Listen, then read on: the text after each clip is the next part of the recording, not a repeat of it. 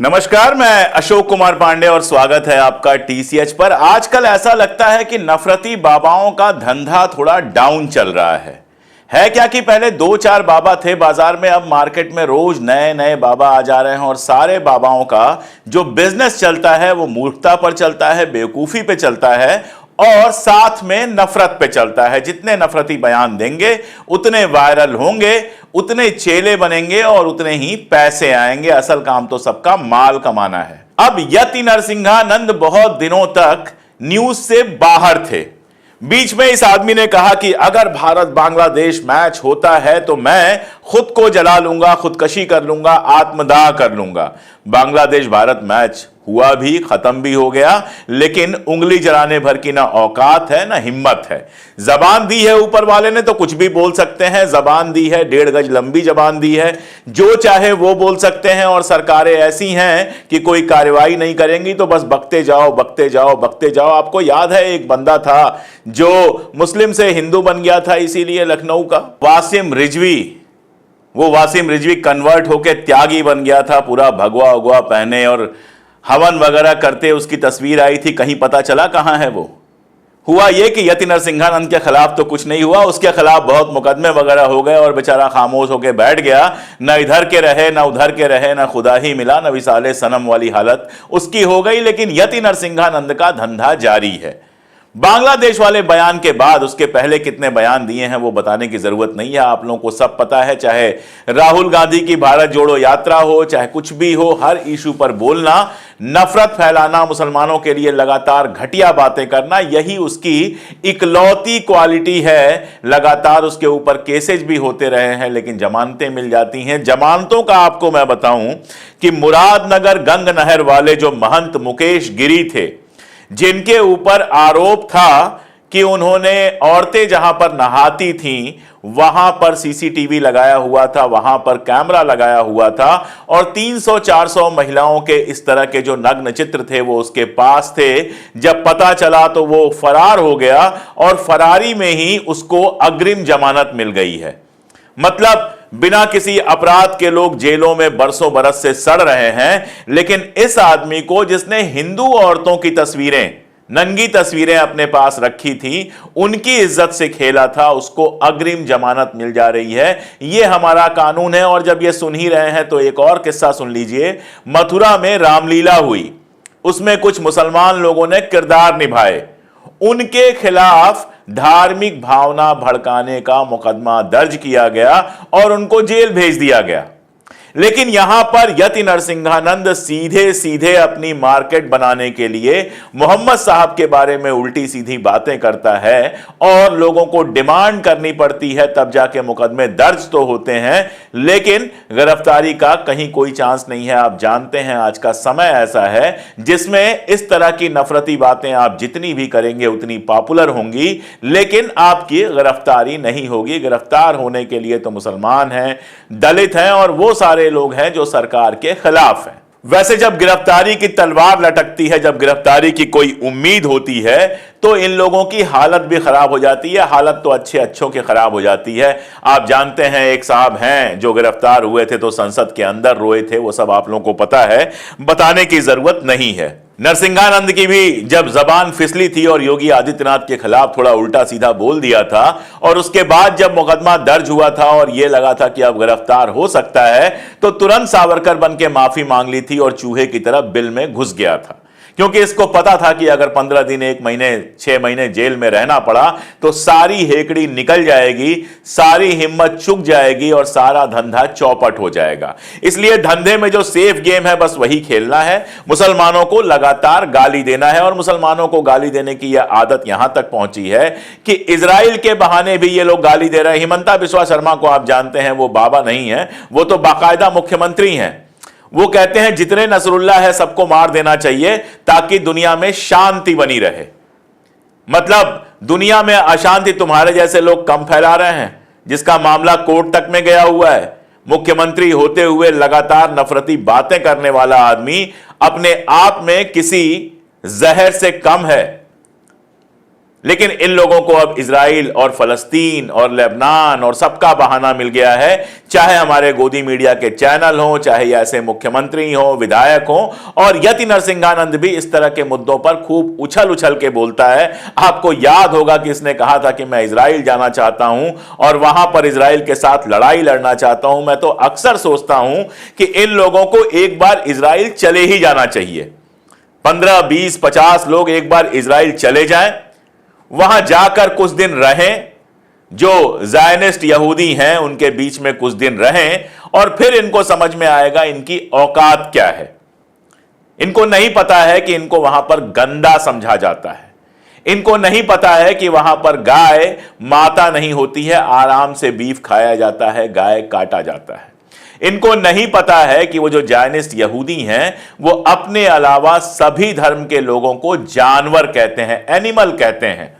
आप लोगों में से कम लोगों को पता होगा, अभी परसों यहूदियों का त्योहार था। वो जो उनका तरीका होता है कि तंत्र मंत्र करते हैं ताकि अपने अंदर के जितने पाप साल भर के हों वो सारे के सारे पाप किसी मुर्गे में ट्रांसफर कर दिए जाएं और फिर मुर्गे की बलि देकर ये मान लेते हैं कि सारे पाप से मुक्त हो गए।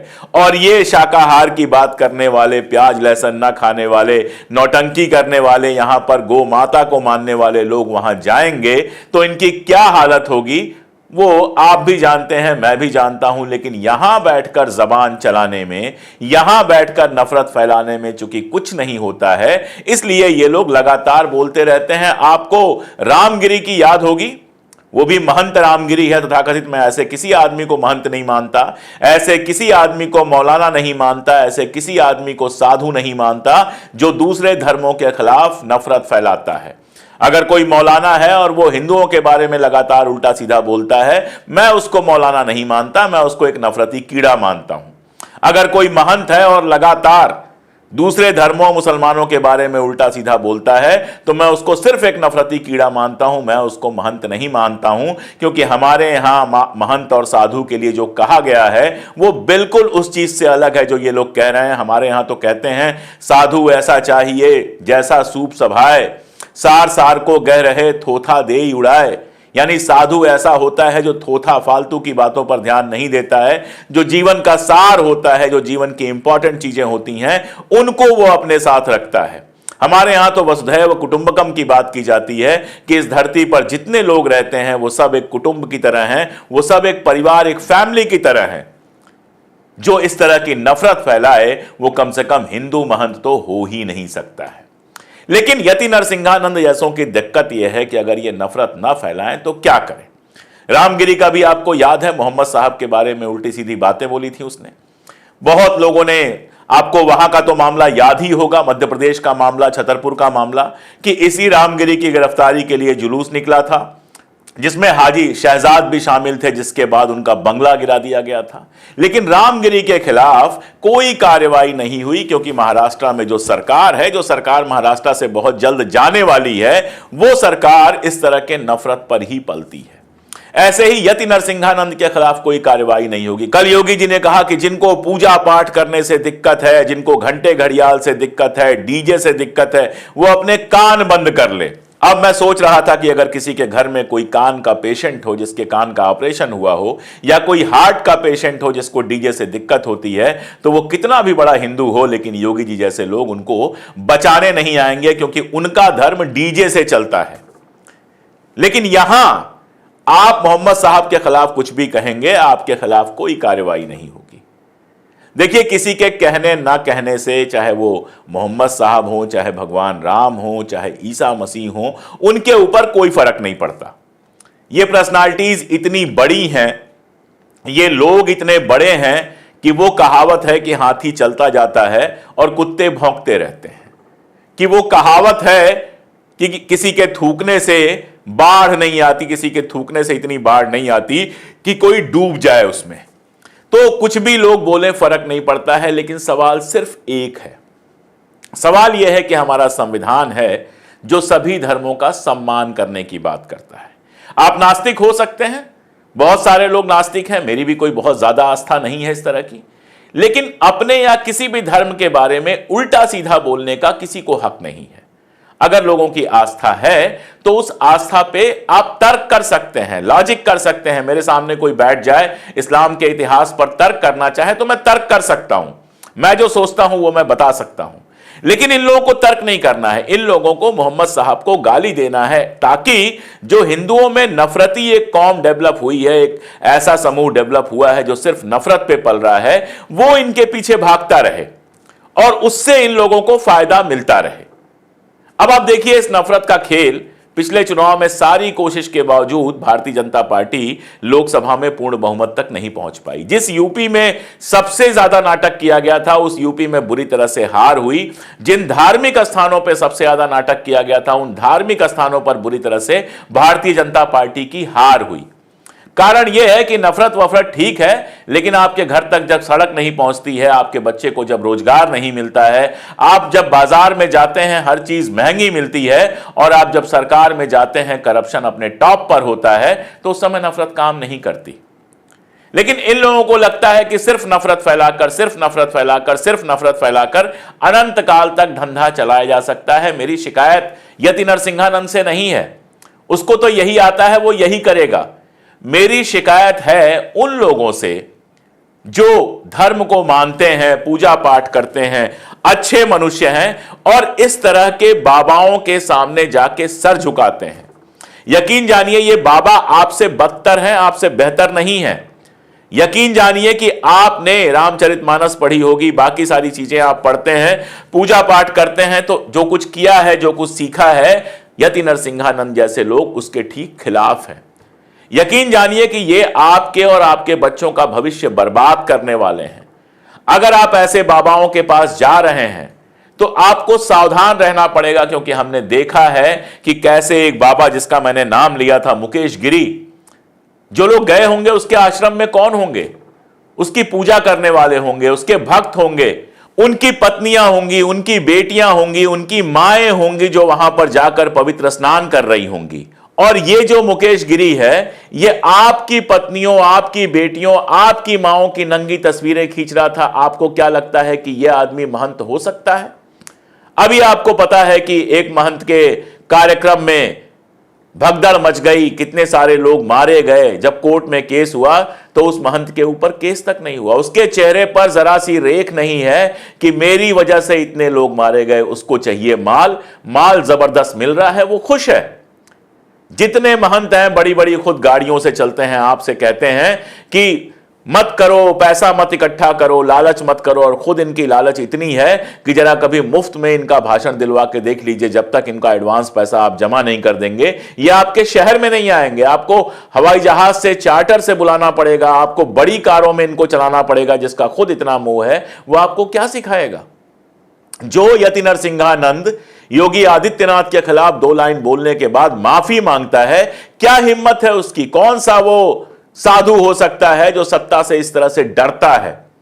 और कौन सा साधु हो सकता है जो अपने देश में दिन रात सिर्फ और सिर्फ नफरत इसलिए फैलाता है ताकि एक पार्टी का फायदा होता रहे?